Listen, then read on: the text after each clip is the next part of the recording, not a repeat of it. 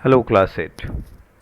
आज के इस वीडियो में हम लोग केमिस्ट्री के चैप्टर फ्यूल्स एंड कंबशन के अगले हिस्से को पढ़ेंगे।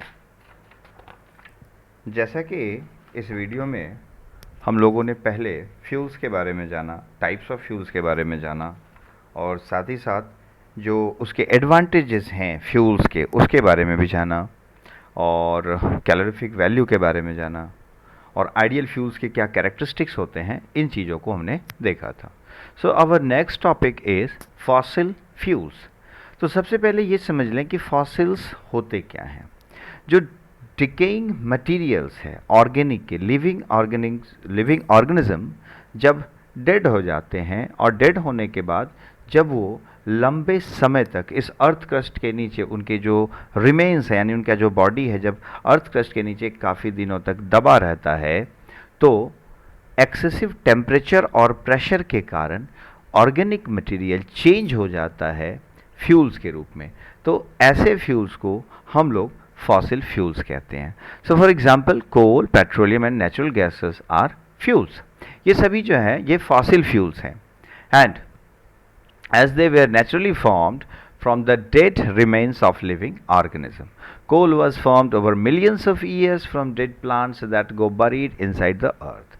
जैसा कि आपको ये बात पिछले क्लासेस में भी बताया गया है कि ये जो कोल आप देखते हैं इसकी प्राप्ति हमें कैसे होती है।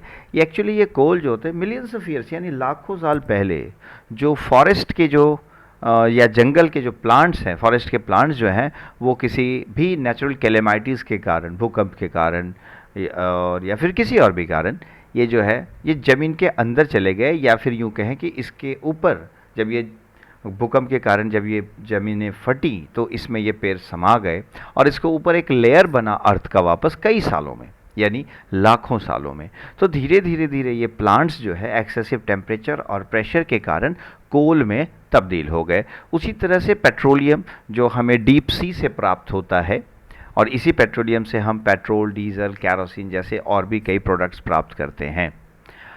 Since all living plants and animals ultimately derive their energy from the sun, हमें ये बात पता है कि प्लांट्स और एनिमल जैसे जितने भी लिविंग थिंग्स हैं वो अपनी ऊर्जा सूर्य से प्राप्त करते हैं। The energy of fossil fuel is also indirectly derived from the sun and उसी तरीके से जो फॉसिल फ्यूल से एनर्जी ऑफ फॉसिल फ्यूल यानी फॉसिल फ्यूल के जो एनर्जी होते हैं वो भी इनडायरेक्टली परोक्ष रूप से सूर्य से ही प्राप्त होते हैं।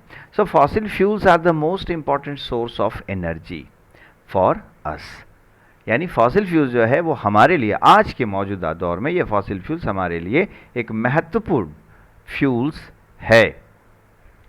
दे are concentrated stores of energy and give off heat and light on burning. ये कॉन्सेंट्रेटेड स्टोर्स ऑफ एनर्जी यानी इसमें बहुत सारी एनर्जी दबी रहती है इसके अंदर और बर्न होने के बाद, जलने के बाद ये हीट और लाइट देते हैं। The heat can be used to cook food or to run engines such as automobile engines। यानी इसका मतलब ये है कि ये जो हम लोग हीट है इसका इस्तेमाल जो करते हैं इसका इस्तेमाल होता है भोजन को पकाने में या ऑटोमोबाइल्स इंजन्स के रूप में, जो इंजन्स को रन करने में, चलाने के रूप में उसका इस्तेमाल होता है। हम उस हीट का इस्तेमाल करते हैं। It can be use to generate electricity, इससे इलेक्ट्रिसिटी पैदा की जा सकती है। एज इन पावर हाउसेस, जैसे कि पावर हाउस में होता है। Where the most common fuel used is coal, और आज भी इंडिया में सबसे कॉमन जो फ्यूल है पावर हाउसेस में वो कोल का ही इस्तेमाल किया जाता है। Kerosene is used as a household fuel for cooking and lightning. Refined kerosene is used as a fuel in jet aeroplanes, यानी कैरोसिन जो है वो हाउस होल्ड में यानी घरों में लाइटनिंग के लिए और भोजन पकाने के लिए जो निम्न तबके के लोग होते हैं या जिनके पास ऐसे दूर दराज के क्षेत्रों में जहाँ पर एलपीजी की व्यवस्था नहीं है वहाँ पर इसका इस्तेमाल भोजन पकाने में होता है और साथ ही साथ लाइटनिंग के लिए भी होता है। और इसी कैरोसिन को जब रिफाइंड किया जाता है, रिफाइंड करने के बाद जो फ्यूल का रूप आता है उसको जेट एरोप्लेन में यूज़ किया जाता है। So petrol is used in two wheelers, three wheelers and in cars. Petrol का इस्तेमाल टू व्हीलर्स, थ्री व्हीलर्स और कार में होता है। Diesel is use to run trucks, buses and railway engines. वहीं डीजल का इस्तेमाल बस, ट्रक्स और रेलवे इंजन्स यानी ट्रेन को चलाने में इस्तेमाल किया जाता है, and to run water pumps in villages. इसके अलावा जनरेटर में भी इसका इस्तेमाल किया जाता है डीजल का। गांव में आपने देखा होगा वाटर पंप जो इस्तेमाल किए जाते हैं वो जनरेटर की सहायता से उसमें डीजल का ही इस्तेमाल किया जाता है। compressed natural gas is now being used as a non polluting fuels, लेकिन आज के दौर में जो CNG है यानी compressed natural gas है उसका इस्तेमाल नॉन पॉल्यूटिंग फ्यूल यानी ये किसी भी तरह का प्रदूषण नहीं फैलाते हैं और इसीलिए इसका इस्तेमाल भी व्हीकल्स में हो रहा है। And LPG is used as a domestic fuel, और LPG का हम जो इस्तेमाल करते हैं वो घरेलू ईंधन के रूप में इसका इस्तेमाल करते हैं। बात करते हैं इसके बाद हम लोग पेट्रोलियम की। पेट्रोलियम और crude oil is found trapped in underground rocks. ये जो पेट्रोलियम है या जो क्रूड ऑयल है ये अंडरग्राउंड रॉक्स में बिल्कुल ट्रैप्ड होता है यानी पत्थरों के भीतर पाए जाते हैं। This is why it is called petroleum, इसीलिए इसे पेट्रोलियम कहा जाता है। इसका ग्रीक वर्ड जो है पेट्रा, जिसका मतलब होता है रॉक, एंड ओलियम मतलब ऑयल, यानी जो पत्थरों से ऑयल प्राप्त करते हैं। तो पत्थर से क्या पत्थर को पीस के ऑयल प्राप्त करेंगे? जी नहीं, पत्थरों को ड्रिलिंग करके इसके अंदर। तो ये आता कैसे है? सबसे पहली बात आप जान लें कि जो सीज में यानी समुद्र में जब ऑर्गेनिज्म मर जाते हैं तो then their body settle down, उनकी जो शरीर होते हैं वो नीचे चले जाते हैं और सतह पर पहुंचने के बाद, निचले सतह में पहुंचने के बाद धीरे धीरे उनके ऊपर जो है एक सैंड का लेयर बनना शुरू हो जाता है। Over the millions of years, लाखों सालों में ये सैंड लेयर्स पत्थरों में तब्दील हो जाते हैं, सख्त पत्थरों में, और इस पत्थर के अंदर जो डेड बॉडीज़ है वो एक्सेसिव टेम्परेचर और प्रेशर के कारण लिक्विफाइड होना शुरू हो जाता है, और इस लिक्विड पार्ट के ऊपर, लिक्विड मटेरियल के ऊपर गैसियस लेयर भी ऊपर में एवब में रहता है। और जब इसको ड्रिल किया जाता है तो सबसे पहले गैस ही प्राप्त होता है, और इसी गैस को हम लोग नेचुरल गैस भी कहते हैं। और ड्रिलिंग करने के बाद वो जो क्रूड ऑयल है यानी लिक्विड मटेरियल उसे निकाला जाता है, जिसे हम लोग क्रूड ऑयल या पेट्रोलियम कहते हैं। It is a mixture of, actually petroleum is a mixture of several hydrocarbons with the number of carbon atoms in molecules varying from 1 up to over 100। यानी इसमें ये कार्बन एटम, ये hydrocarbon होते हैं और इसमें 100, 1 से लेकर के 100 या उससे भी अधिक कार्बन जो है जुड़े रहते हैं हाइड्रोजन एटम के साथ। The different components in petroleum are separated and used in various ways, और इसे अलग अलग टेम्परेचर पर जब इसको रिफाइन किया जाता है इसी पेट्रोलियम को, तो हमें इससे कई और तरह के भी फ्यूल्स प्राप्त होते हैं, जैसे petrol, diesel, kerosene, asphalt, like that. अब है जैसा कि मैंने आपको बताया कि इसकी ओरिजिन कैसे होती है, यू कैन रीड हियर। तो ऐसे यहाँ पर petroleum is believe to have formed from organism living in the sea over millions of years ago. As these organisms died, their bodies settled on the seabed and got covered with the sand and clay. Over millions of years, heat and pressure changed the dead organism into petroleum hydrocarbons, and petroleum is called a fossil fuel as it has been derived from the bodies of dead organisms. तो जैसा कि मैंने आपको इसके बारे में बता दिया था, अब आते हैं ऑकरेंस यानी इसकी प्राप्ति जो होती है वो कैसे होती है। यहाँ पर भी आप देखें जैसे ड्रिलिंग का जो मैंने कहा था, so petroleum and natural gas are often found together, यानी ये अक्सर हाँ साथ पाए जाते हैं as large deposits deep inside the earth crust, यानी धरती के काफ़ी नीचे ये रहते हैं। Petroleum is obtained by the drilling through the earth and impervious rock above it, यानी इसको ड्रिल करके प्राप्त किया जाता है। The world's first oil well to yield petroleum was dug in Pennsylvania, USA in 1859। इसका मतलब ये है कि दुनिया में सबसे पहले जो ऑयल वेल यानी तेल का जो कुआं खोदा गया था वो USA में यानी यूनाइटेड स्टेट्स ऑफ अमेरिका के पेंसिल्वेनिया शहर में खोदा गया था 1859 में। और इंडिया में In India, oil is obtained from oil wells in Assam, Gujarat, Bombay High, and in the deltas of the rivers of Godavari and Kaveri. The crude oil pumped out from a well is a black liquid. यानी जब इसको drill करके बाहर निकाला जाता है जो liquid होता है वो बिल्कुल काला होता है, and it is also known as black gold because of its importance in today's world it is also called black gold. चूँकि दुनिया में आज ये बहुत ही महत्वपूर्ण है, इसीलिए इसकी कीमत भी अधिक होती है, पूरी दुनिया इसी पर चलती है, तो इसे ब्लैक गोल्ड से भी नवाजा गया है, ब्लैक गोल्ड नाम से नवाजा गया है। Now our next topic, combustion. What is combustion? Combustion होता क्या है? तो सबसे पहले एक बात जान लें, कंबशन का हिंदी होता है दहन। कहते हैं कि जब कोई सब्सटेंस सफिशिएंट ऑक्सीजन के प्रेजेंस में कंप्लीट बर्न करता है तो उससे उस प्रोसेस को हम लोग कंबशन कहते हैं। We get heat and energy after this process. So burning of substance is called combustion, but it must be sufficient. It needs sufficient amount of oxygen. यानी हमेशा याद रखें कि ये दहन तभी पॉसिबल कहला, ये जलना, किसी चीज़ का जलना कंबशन तभी कहलाएगा जब वह पूरी तरह से जले। अगर आप एक भीगी लकड़ी को जलाते हैं तो वह धुआं देगा, लेकिन वही एक सूखी लकड़ी को जलाते हैं तो वह फ्लेम देगा। तो सूखी लकड़ी का जो फ्लेम देता है, चूँकि वह बिल्कुल आराम से जलता है, तो उसे हम कंबशन कह सकते हैं। बट एक भीगी लकड़ी का जलना कंबशन नहीं हो सकता है, क्योंकि it gives carbon monoxide along with the burning. जलने के साथ साथ ये हार्मफुल गैसेस भी उत्पन्न करते हैं। So when you light a matchstick, the combustion of phosphorus at the tip takes place, which then burns the matchstick. When you light a candle, the combustion of wax begins, and when you burn a paper, the combustion of paper takes place. तो ये आपने देखा कि हर हाल में, पहला example में माचिस आपने देखा, दूसरे में आपने कैंडल देखा, तीसरे में आपने एक पेपर देखा। तो इन चीज़ों को जलाने में आपको किसी तरह की परेशानी नहीं होती है। नाउ अब बात करेंगे कि कंबशन कितने तरह के होते हैं, types of combustion.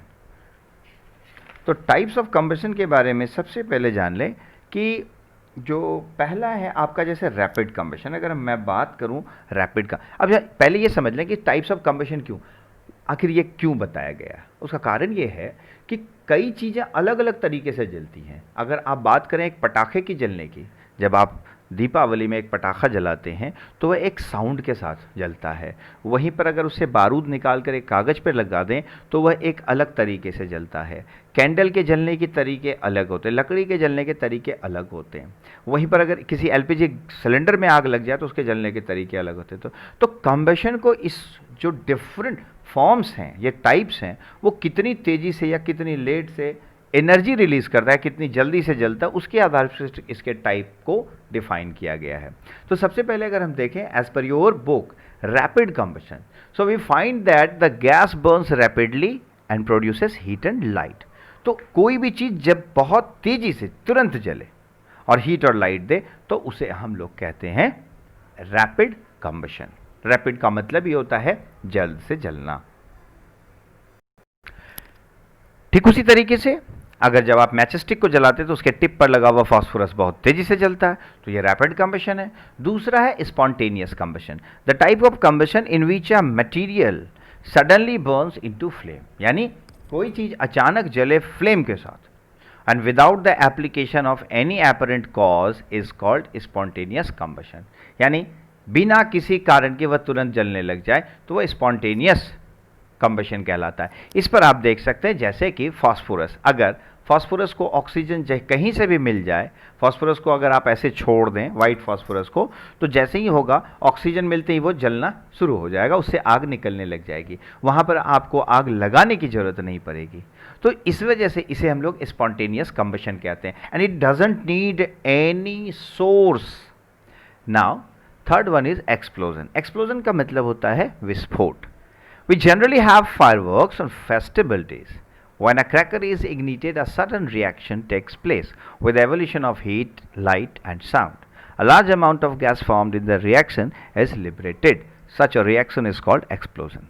So, explosion can also take place if pressure is applied on the cracker. तो ऐसा आपको पता होना चाहिए कि जो क्रैकर्स आप देखते हो, क्रैकर्स उसमें बारूद को बाहर से काफ़ी सख्त डब्बे में बांधा जाता है, और यही वजह है कि वह आवाज़ करती है। इसके साउंड के पीछे सबसे बड़ा कारण यही है कि जब इसके बारूद तक जो बर्निंग मटेरियल है वो उस तक जब आग पहुंचती है तो उसके प्रेशर को, उसकी एनर्जी को निकलने के लिए जब रोकता है ये दीवार जो बाहर से कवर्ड किया था, तो उसको वह फाड़ करके निकलता है, इसीलिए यह साउंड क्रिएट करता है।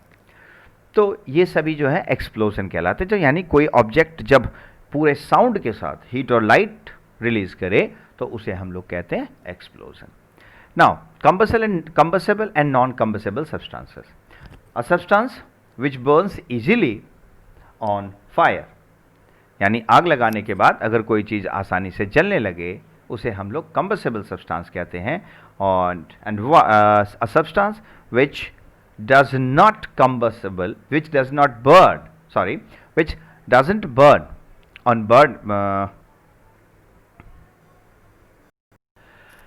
the substance which do not burn are called non-combustible substance. Example के तौर पर जैसे ग्लास, वाटर, स्टोन्स, ब्रिक्स, ये सभी ऐसी चीज़ें हैं। वहीं कंबस्टेबल सब्सटेंस जो जल जाए उसे हम कंबस्टेबल सब्सटेंस कहते हैं, जो आसानी से जले।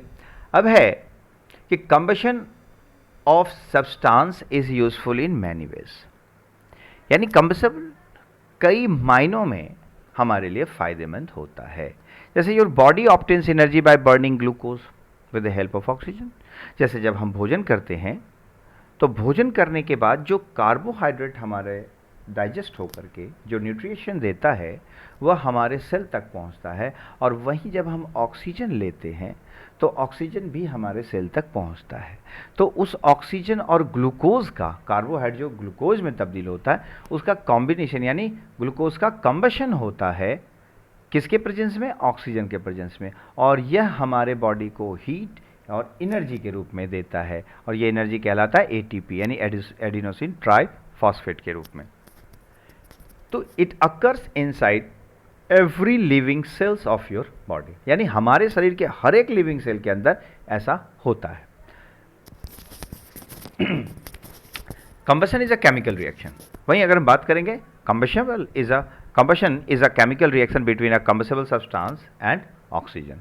Three things are required for the process of combustion to start a combustible substance. पहला oxygen and ignition temperature, and third one is combustible substance. मतलब ये तीन चीज़ें होनी चाहिए तभी कंबशन होगा, यानी जलने योग्य पदार्थ यानी जलने योग्य वस्तु, ऑक्सीजन की मौजूदगी, और उस जलने योग्य वस्तु का इग्निशन टेम्परेचर पर होना। इसके अलावा अगर हम बात करें तो कंबशन हमारे घरों में भी होता है। जो हम लोग भोजन बनाते हैं उस भोजन के लिए जो फ्यूल जलाते हैं, जब वो कंबस्टेबल होता है तभी वो हमारे को उससे भोजन हम पका पाते हैं। Now what is a combustible substance? Substance that can burn easily are called combustible substance, जैसा कि मैंने आपको पहले भी बताया था। अब why does combustion need oxygen? एक महत्वपूर्ण सवाल है कि कंबशन के लिए ऑक्सीजन क्यों जरूरी है? तो combustion is a chemical reaction between a combustible substance and oxygen. Combustion जो है वो एक केमिकल रिएक्शन है जो होता है उस सब्सटेंस और ऑक्सीजन के बीच में। So that is why oxygen is essential for the combustion of substance. इसलिए कंबशन के लिए ऑक्सीजन की मौजूदगी अत्यंत आवश्यक है। A combustible substance will not burn in absence of oxygen. कोई भी कंबशन ऑक्सीजन के एब्सेंस में नहीं हो सकता है। So if you for example there is an activity, जैसे यहाँ पर आपको दिखाया जा रहा है कि एक कैंडल प्लेट रखा गया है और वो कैंडल को बर्न किया गया, उसके फ्लेम को आप देख सकते हो। वहीं अगर आपने उसे एक ग्लास की मदद से उसको ढक दिया तो आप देखेंगे कि उसका फ्लेम जो है ऑफ हो जाता है, just because of lacking of oxygen. So students, आज की इस वीडियो में हम लोग यहीं तक पढ़ेंगे, and then after that we will get another information from this chapter in next video. If you have any problem regarding this chapter, you can contact me on 7870020650। और इसके अलावा आप कमेंट बॉक्स में जाकर के कमेंट कर सकते हैं अपने क्वेश्चंस के रूप में, and I will surely, definitely, I will make sure and I will help you to make you right. Thank you very much.